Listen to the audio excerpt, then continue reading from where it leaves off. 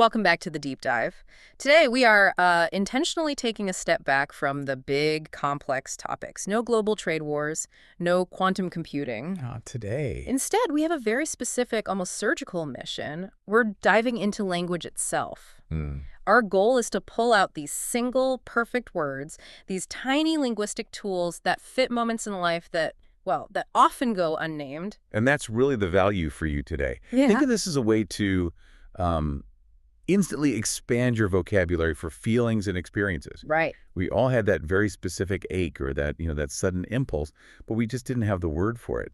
Giving a name to these things gives you a huge advantage in understanding your own inner world. It's the difference between saying, I feel bad, and I feel melancholy. That specificity is everything. It's a shortcut to being really well informed about these very human concepts. So we're keeping this session lean, but rich in detail.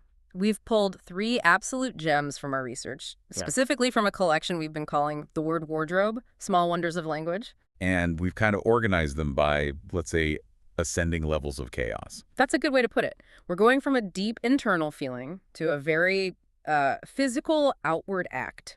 And then we'll finish with a struggle I think we all know. It's a great progression. The 3 words we are going to master today are Hiraeth, Defenestration, and Clinomania. We'll break each one down so you can start using them right away. So let's start with the one that feels the deepest, Hiraeth. It even sounds poetic, doesn't it? Before you even know what it means. It really does. Okay, so our first word is Hiraeth. It's a beautifully evocative word from the Welsh language. Welsh, right. And if you're taking notes, it's spelled Hiraeth. The pronunciation is roughly Hiraeth. Hiraeth. And the core definition on the surface is a noun.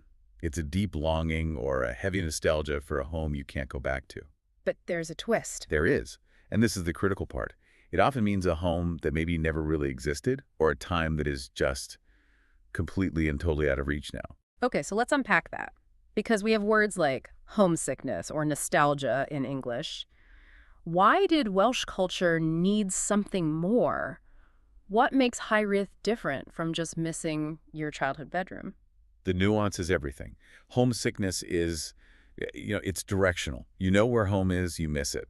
Nostalgia is more of a general warm feeling about the past. Right. But Hiraeth carries this deep, bittersweet ache because the destination is irrevocably gone. So it's not just missing the house, it's missing the feeling of being 12 years old in that house. Exactly. That's something you can never physically return to, even if the building is still standing. That feeling is gone forever. Precisely. It's a yearning for a time, a place, an emotional state.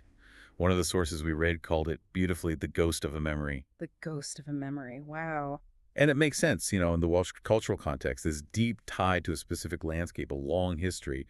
You can see why they'd need a word for that longing for an idealized past that you can't get back. That phrase, ghost of a memory, it gives the word so much power. It's acknowledging that a memory isn't just a recording, it's an emotional space.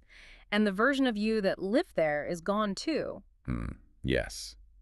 And it's often triggered by something sensory, isn't it? Our research mentioned that. It's not something you just think about. It's unlocked by smell or a song. Yes, the example we found was perfect. It talked about listening to an old folk song that fills someone with this sense of Hiraeth for the mountain village of their childhood. So the music is the key. Right. It unlocks that unattainable memory, and you're filled with this longing for the whole atmosphere, the air, the community, everything. It's all wrapped up in that one bittersweet ache. It forces you to see the difference between just missing the past and yearning for the quality of the past that you can't recapture. So let's just pause and put that out there to you. What time or place is your ghost of a memory? That moment that fills you with that deep Welsh longing. You don't just miss it. You feel Hiraeth for it. And once you can name it, you realize it's much more complex than just being sad. Absolutely. Okay, let's pivot dramatically. We're moving from that deep internal ache to a very, very physical act of chaos. We are leaving the gentle ache of the soul behind. This next one is, well, it's aggressive, but it's also delightfully specific. You ready for this one? Next up is a word that is surprisingly fun to say. Defenestration. I love this word. It sounds like some complicated procedure, but it's really just an action. It's spelled D-E-F-E-N-E-S-T-R-A-T-I-O-N. And the definition is so simple and so graphic. Defenestration is the act of throwing someone Something. or something, and that's the key part for today, out of a window. Okay, but to really get the weight of this word, you have to know the history. This wasn't just an accident. Historically, it was a big deal. Like politically charged? Very. You look at the defenestrations of Prague. These were acts of political revolt. They were public theater. So the word carries all this high-stakes, violent history. Right. You definitely got the message. If you were defenestrated in 15th century Prague, it was a final statement. But the question is it still a useful word? Or is it just something, academic to show off with? Oh, it's incredibly useful. Yeah. But its use has shifted from political violence to, well, high comedy. How so? We use it ironically now. By using the word defenestration, you're taking all that historical drama and applying it to, say, your Wi-Fi router that keeps cutting out. I see. So the joke is in the contrast. That juxtaposition is the joke. You're elevating your frustration with modern tech into this grand literary event. The urge for digital defenestration, I think we found that exact phrase in our reading. We did. When your computer freezes for the 10th time before a deadline, you feel that urge. You want that final separation by way of a pane of glass and gravity. And the example sentence we found was just perfect. After the third hour of the budget meeting, I seriously considered the defenestration of my laptop. But settled for simply closing the lid forcefully. It lets you name that very specific, fleeting, chaotic thought without, actually breaking anything. It's an intellectual outlet for pure rage. Exactly. An aha moment for frustration. It's a fantastic word. Okay, let's move to our final word. This one is much more relatable, much less destructive. This is one that probably describes how you felt about 5 minutes after your alarm went off. This is for anyone who has ever struggled with the simple act of moving from horizontal to vertical. Our final word for this deep dive is clinomania, spelled C-L-I-N-O-M-A-N-I-A.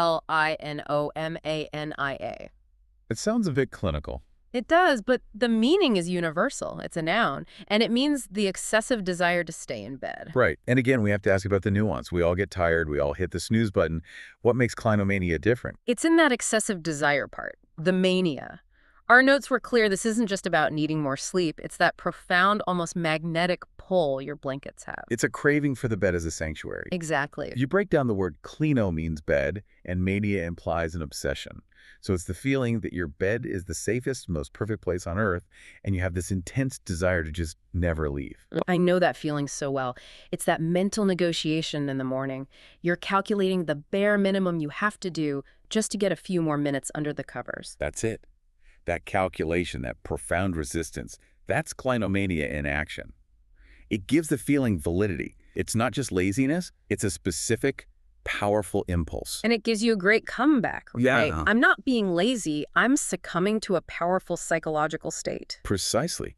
And the conditions can make it worse. The example we found in the source material was perfect. Oh, yeah. It's raining outside, I have a new book, and my clinomania is at an all-time high. That is the perfect storm, isn't it? The Yeah. cozy atmosphere, the promise of a good story, all conspiring to keep you right where you are. So now you can name it. You're not just procrastinating, you're experiencing active clinomania. That precision is the goal here. So let's do a quick review. 3 powerful new additions to your word wardrobe. Let's lock them in. First, we had Hiraeth, that deep, bittersweet longing for a home or a time that's irrevocably gone. The ghost of a memory. Second, the dramatic and surprisingly useful defenestration. The very specific act of throwing something or someone out of a window. And finally, the all-too-relatable clinomania, that intense, excessive urge to just stay in bed, safe from the world. The power in these words and why we did this deep dive is their specificity. They don't just summarize a feeling, they nail it precisely. Right. And if you think about it, understanding always starts with naming things accurately. Knowing Hiraeth lets you separate simple sadness from that deep existential ache. And knowing clinomania turns what feels like a weakness into just a recognizable human impulse. That's when knowledge becomes really valuable, when you can apply it with that kind of nuance to your own life. It's about being able to perfectly label the world around you and, more importantly, the world inside you. Which brings us to our closing thought for you, something to mull over this week. If we can find these incredibly specific words for the ache of memory and the love of our bed, what other specific unnamed feelings are you experiencing right now that might just be waiting for the perfect word? Go out there and start listening for them. Thanks for diving deep with us. We'll catch you next time.